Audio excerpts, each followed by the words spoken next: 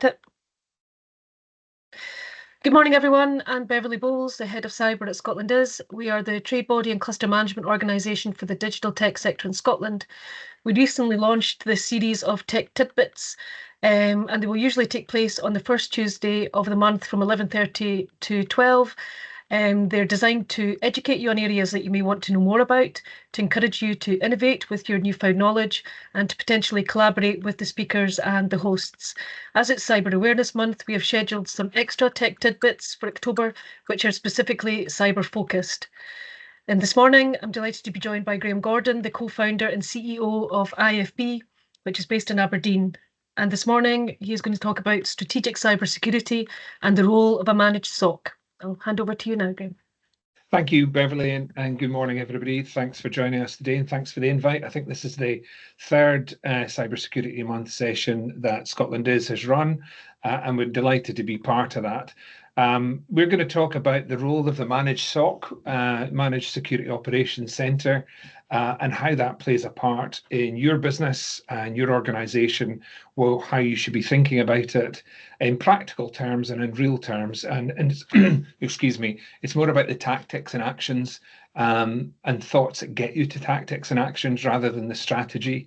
The strategy is there, you need to become more cyber secure.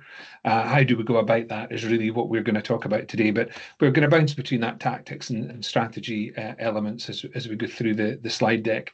And not too many slides, you'll be delighted to hear on this Tuesday morning. So the running order is pretty straightforward. We want to cover sort of four main key areas that our customers see, that our vendors and support partners see, and as in a business as well. We're in IT, but we're also a business. We need to operate securely. And what does that mean for us? So our experience is firsthand. We're not a vendor in terms of we don't make anything, we don't manufacture anything, but we are a service provider. So the business that we operate and what we do survives through great service.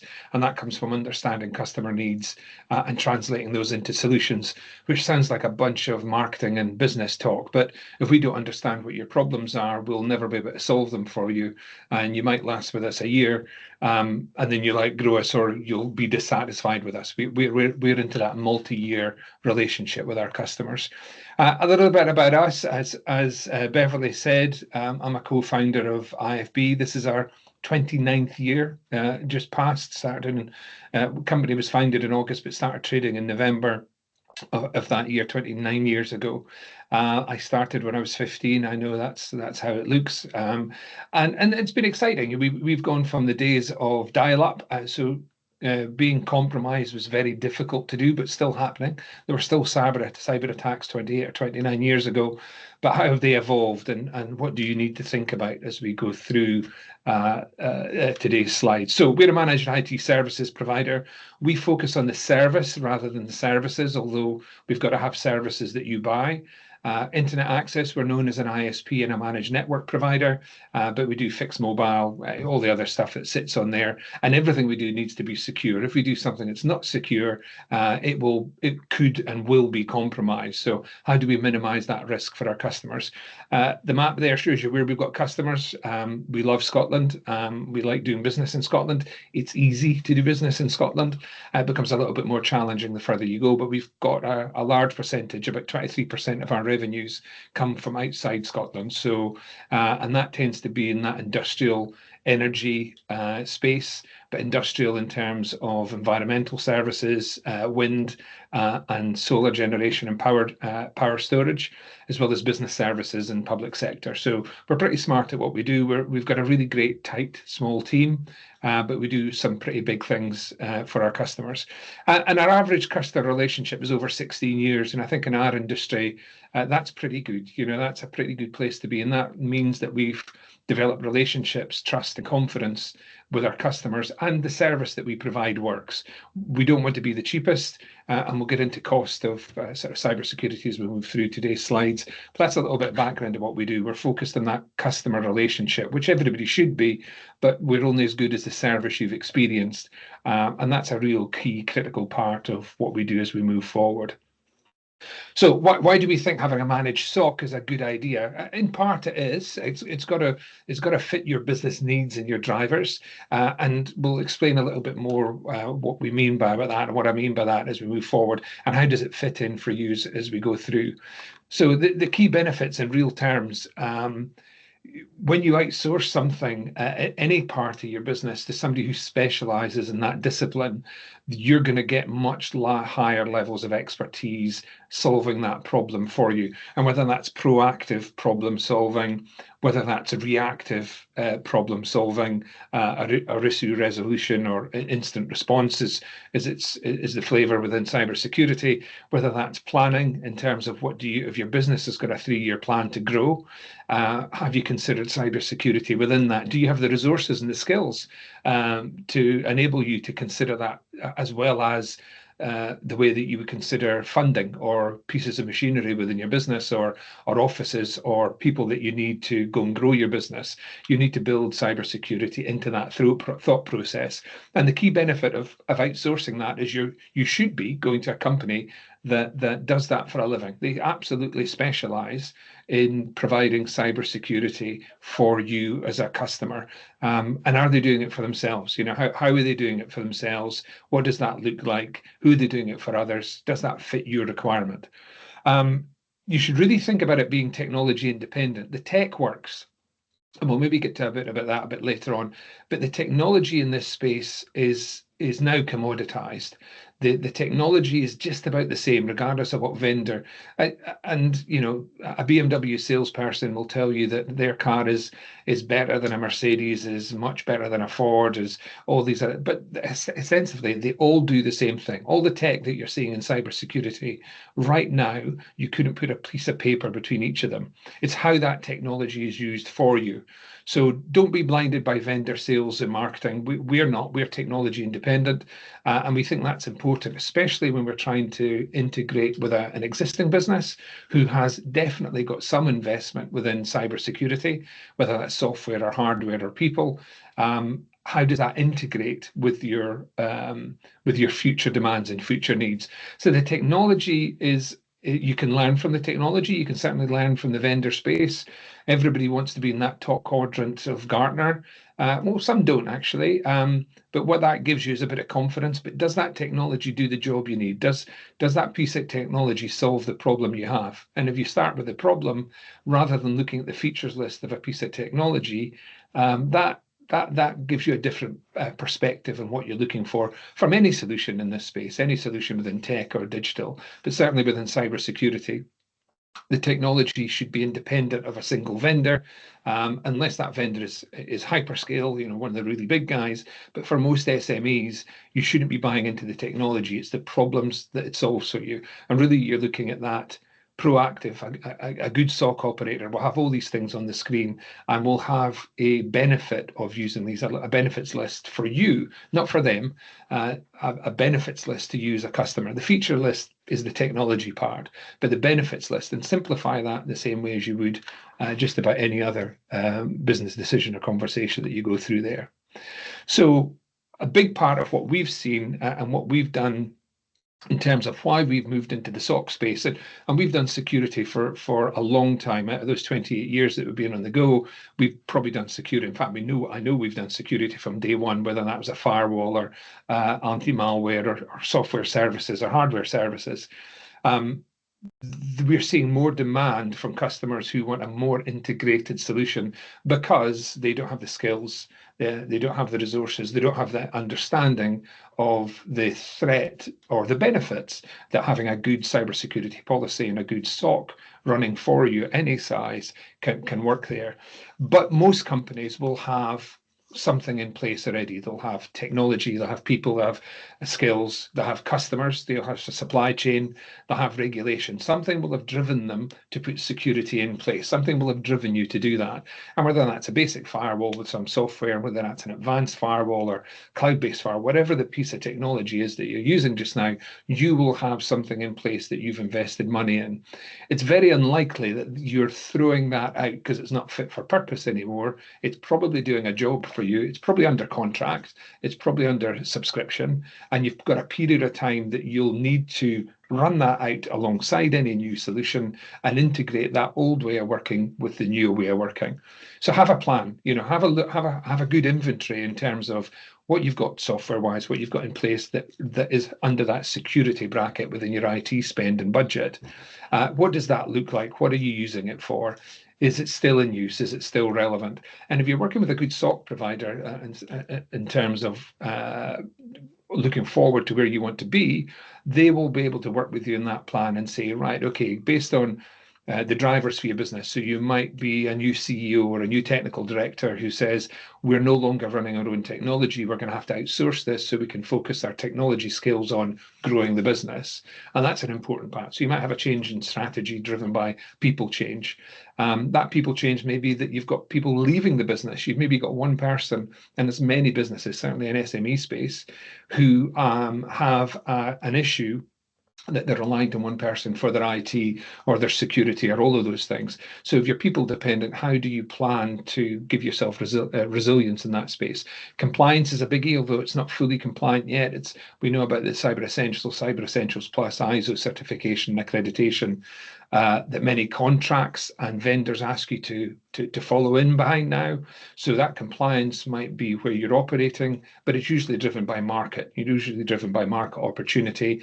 And maybe if you're moving to market, that if you're going to go into merger and acquisition, the more secure you are, the easier it makes for you to go out there and raise funds and raise funds for acquisition, but also to be bought as well. So if your strategy in a non-technical space, if you're a non-technical company, and you're not practicing this or selling this, you're just a normal business. We're just normal men, I think is the meme now, isn't it? But we're just just a normal business, a non-tech company. So you've got budgets and suppliers and regulation and compliance. Have a plan that's based around your business need. We want to grow to 10 times our size in the next 5 years. That means that we're going to have to acquire 2 or 3 companies. That means that we're going to add on 100 people. That means we're going to add in 4 or 5 new locations. That means we're going international. What is your plan in terms of cybersecurity to accommodate that growth? Don't bolt it on once you've done it, integrate it into what you're doing. And a good SOC provider will do that with you. So drivers restrictions, and that creates opportunities. Is it an opportunity driven by the business or by becoming more cyber secure, cyber aware? Will you drive more meaningful, higher value contracts from your supply, from your customers? And then where do you want to be? Do you want to be in that growth model? Do you need to be certainly more aware of your cybersecurity posture? You need to be more confident in that posture. Are the risks identified? Do you have a plan? Do you move into that stage where you have a plan to rectify those risks and mediate those risks as best you can? Do you want to become certified and accredited, compliant? Do you want to become competitive? As we mentioned, do you want to differentiate yourself from your competitor? Because your product is very much the same, everybody's cash is the same, but actually your differentiation is I'm more secure than the next guy, or I am very secure is the next guy or girl. So that's the important part, and that makes you more attractive to do business with, for people to come and work with you. We're seeing it now in the recruitment chain that, what sort of level of security are you applying to my role in the business? What are you doing for me there?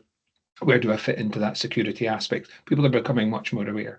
So a good SOC provider should be able to evaluate what you've got now, help you with your plan, but it has to be your plan. It's never my plan or our plan. It has to be your plan. We can help you based on your business drivers. We can help you understand what good security will look like as you move forward. And then that will help you get to where you want to be in terms of awareness and confidence and all these things that we sit in there. So integration is critical. It's not about throwing everything out. And we see this a lot with, you must buy our product and throw everything else out, where there's a change and a shift now in the market. Our product now overlays with what you've got. And this is one of the reasons that we partnered with a company called Expo out of London. What we've got is a limited behavior. We've got a limited skill set. What they've got is the ability to overlay and integrate with current platforms and technologies and ways of working and improve in that and give a roadmap for cybersecurity, way beyond what our capabilities are as an SME here in Scotland. But they've done a great job, and we're already winning business off the back of that relationship, where we've got customers who want to scale. We're finding it difficult to help them scale in terms of the SOC arena, and we're partnering in that space to do that. And that means that we're managing the customer relationship and expectations. Someone else is bringing the technology and the ways of working, and we've got a really great roadmap for our customers, which we feel is fantastic. So integration, don't throw anything out unless you really need to, unless it's part of the plan moving forward. And one of the other things that we're asked quite often, it's too expensive to outsource our cybersecurity. It's too expensive to outsource our IT support. It's too expensive to outsource these elements. And that balancing act between in-house and out-house, which sounds like a Tina Turner song, I'm sure if you're that old. The challenge there is outsourcing your cybersecurity to a SOC will cost you more money if you look at the P&L value of it. But you have to look beyond that P&L value. You have to consider, by not doing this, what are the risks? Can we divert? Are we just making good or just getting by with the security we've got in place, and we're reacting all the time? So therefore, that can take up a lot of resource internally, and you're not counting those man hours as you're going through the business. Do you have the right skills? What's the business need, first of all? But do you have the right skills and support and certainty and accountability? And cost, is in there, but the risk and opportunities that go with that. By outsourcing it, you're outsourcing it again to a specialist company that will charge you for it. There's no doubt about it. But in a 3 to 5 year plan, it should make your business more secure. It should allow you to respond to incidents much more quickly. It should allow you to control those incidents and communicate to those incidents much more effectively. And that will have brand reputation impact on you. That will have operational cost and impact on you in a positive way. Whereas if you're doing it yourself, and a simple thing, we had an issue two or so years ago, and our biggest issue was the communications part. And what the communications part and the technical part of what we were doing were not joined up. And we learned from that, and we learned that we needed to do that because that was about reputation and perception. And one person's perception is another person's reality. We knew we weren't dead in the water as a business. We knew that all these other things. We knew that we were managing the incident really well, but we didn't communicate that well enough. And where you've got a SOC in-house whose part of that remit is incident response, and what I mean by that is meaningful customer people-related incident response, not a technical one. The tech works, remember. How do you balance that up? So it's a bit of a seesaw that it will become cost-heavy initially to onboard, and then as you progress through that, you should see the benefits, the business operational benefits of actually having something run really well, predictively, and with certainty as you move forward. And that's an important part for us. And that goes for any size. SOCs tend to be viewed as £100 million project companies can afford a SOC. You're moving into a SOC environment that is a kick-off one, 45 to 50k per annum. And then that will grow. The cost in that won't reduce, because if it's run effectively, the cost of that will go up. But the benefit of that should go up at the same time. It should be working with your teams, your business teams, as well as your tech teams and your IT teams to help you grow the business and deliver growth as you go forward.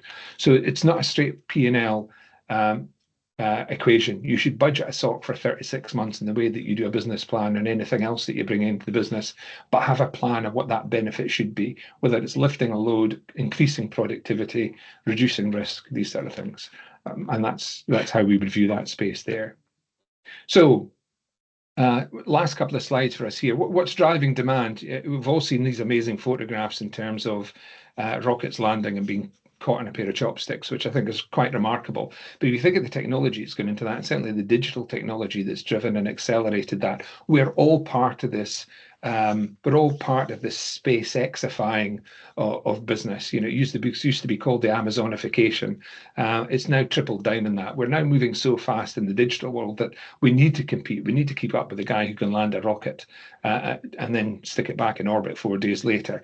You relate that to your business, and is that the competitive landscape you're in? But we're being driven to do that.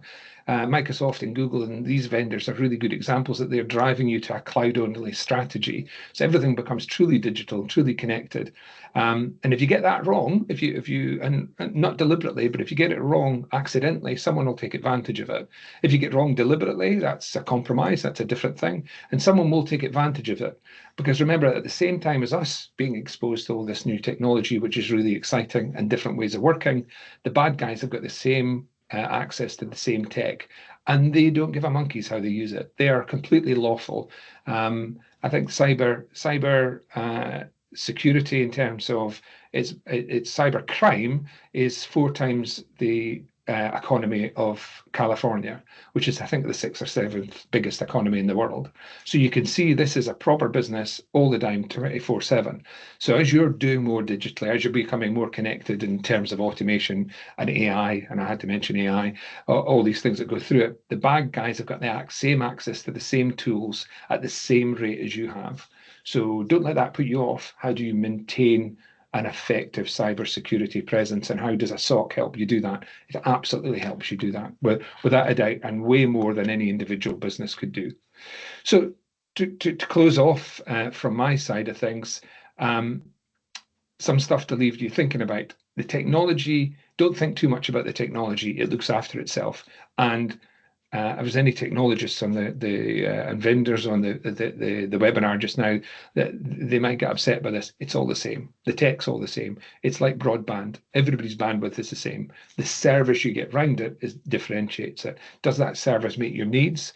Does it give you the right skills that you need to support your current team or replace or fill a gap that you have in your team? Does it reduce risks? Does it identify the risks, first of all, and help you manage and reduce them? Does it give you time back into the business? And as a small company, time is the most valuable resource we have. How our people spend their time is absolutely the most valuable resource. So how do you get that back into the business to maybe do other exciting things that help you grow? But have tactics. The strategy is one thing. I need a cybersecurity operations center. Why do you need it? That's your strategic level. But the tactics, in terms of tactics, are all about actions for us. And what is your action plan alongside your business plan that helps you deliver and work with a CSOC provider effectively for your business? But also give yourself, as you go through that and you're thinking about these things, what happens if it doesn't work for me? What's the exit plan? So when you're working with a provider, and maybe just one last thought before we go back to Beverly, one last thought there, think about the onboarding process and how you become part of that company's portfolio, how they support you, what they're going to do for you, how all these things work. But also, if it doesn't work and it's not right, or you outgrow that company, because that will sometimes happen, how do you offboard with them? How do you exit that relationship is pretty critical as well from our point of view.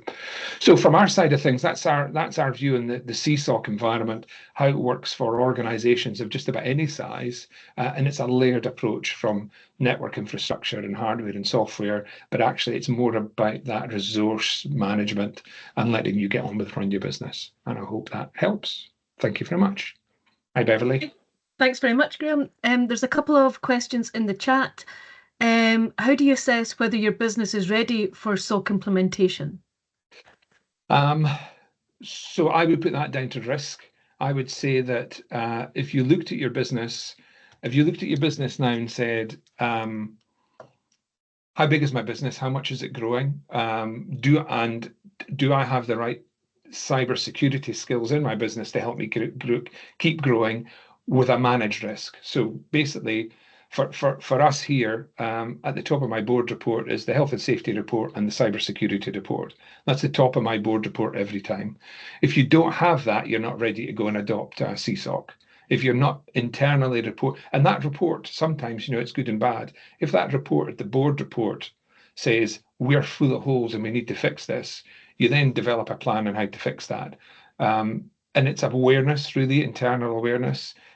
Sometimes traditionally in the IT sector, it's very difficult for someone to say, I haven't built that properly. There's a risk there. I think organizations are much more understanding of that now. So what does your business look like in terms of threat or risk evaluation when it comes to cybersecurity? And if you've got no idea, you don't know how to fill in those gaps or fill in that report, you probably need to sit back and bring in somebody.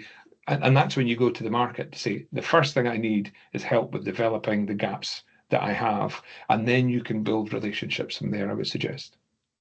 So would you say that there's a sort of cultural element to overcome as well then when you're trying to introduce Yeah. a managed SOC? Yeah, I think it's probably now worse than it's been for a while. I think there's a complacency that AI is going to solve. We've now got this product and it's going to do everything for us, or we've got these areas and C-suite decision makers go, okay, right, thumbs up, we're good. We're in the market space. We've got top quadrant Gartner product in place. It's costing us 100 grand a year. It must be great, and we're not being compromised. I think that the decision-making process, until your board of any size or your senior management team doesn't have health and safety, so people well-being, that's what we see as health and safety and any issues around it, and cybersecurity alongside each other right at the top of the board report. It's easy to dive into the cash. If that's not at the top of the, you're not ready. You need to ask yourself a question: why are we not reporting in that? Is it fear? Is it unknown? Is it a culmination of circumstance? And if you answer that, it should give you the answers to, am I ready? And then it's how you go about it. And do you think that with AI and automation that this might change the landscape even more? Yeah, I was at an event yesterday. It was really quite interesting. We are less than 5 years off from AI formed and operated companies, with probably a board of directors that are there for governance because the business will still need to raise funding. But within the next 5 years, you're going to see AI run companies. There's no reason in the world that Amazon couldn't be AI run. It's too far down the road at this point, but 5 years out from that one. So is AI helping? AI is just a tool. AI is just a software tool. And I've said this before. For me, AI is a little bit like a microwave. There's a huge amount of technology and expertise going into building it, but most of us are going to use it for 30 seconds and then move on. So right now for the mass market, it's very prominent because it's getting a lot of hype. Is it going to help us? Yes, but it's going to help the bad guys at the same rate because everybody's got access to it. It's not a good guy only problem. Or tool, that it is not like that. So AI will assist in some ways.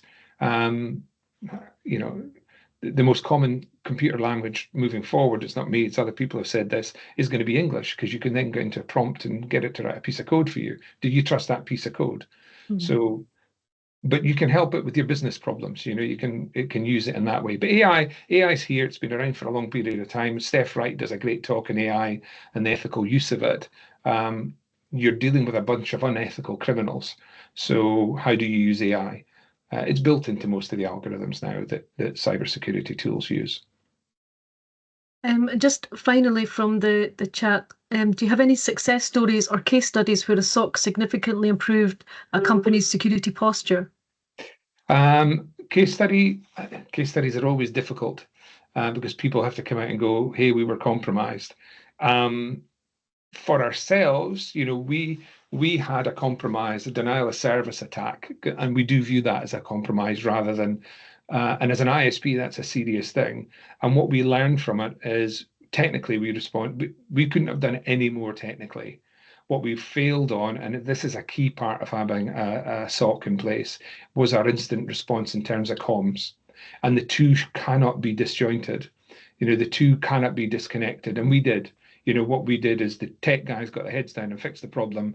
And then how do we communicate that to our customer? And that's what a CSOC, and that took a lot of resource for the business. That took a lot of time out of the daily operations of the business. And that's what a DDoS attack is. It's really about disruption. So sitting back from that, our learning was working with a partner who did all or some of the elements that we've just spoken about, Beverly, would have taken that load off. It would have given us a much more comprehensive and managed way of using our time immediately after a compromise. And I take it back to health and safety. All the oil and gas energy companies have incident response teams in case there's emergency offshore. And that could be, a supply vessel losing engine power, a helicopter downing, any of these things in that space. They're very good at incident response. And we learned a little bit from that process. So we don't have any front of house case studies as yet, but we are working in a couple that work more around awareness and how to communicate that is the key part for us. Yeah, but I think it's good that you've been open about that, and certainly we've been involved in a presentation that you did on the learnings from that incident, and it's good to share that best practice with others. So we've reached the end of the Tech Tidbit for this morning. I'd like to thank you very much, Graeme, for your time. If anybody would like to follow up on what they've heard today, then please get in touch and I can make some introductions for you. And there will be another Tech Tidbit at this time next week. Thank you very much for joining us and hopefully see you again next week. Thanks, Beverly. Pleasure. Thank you. Bye.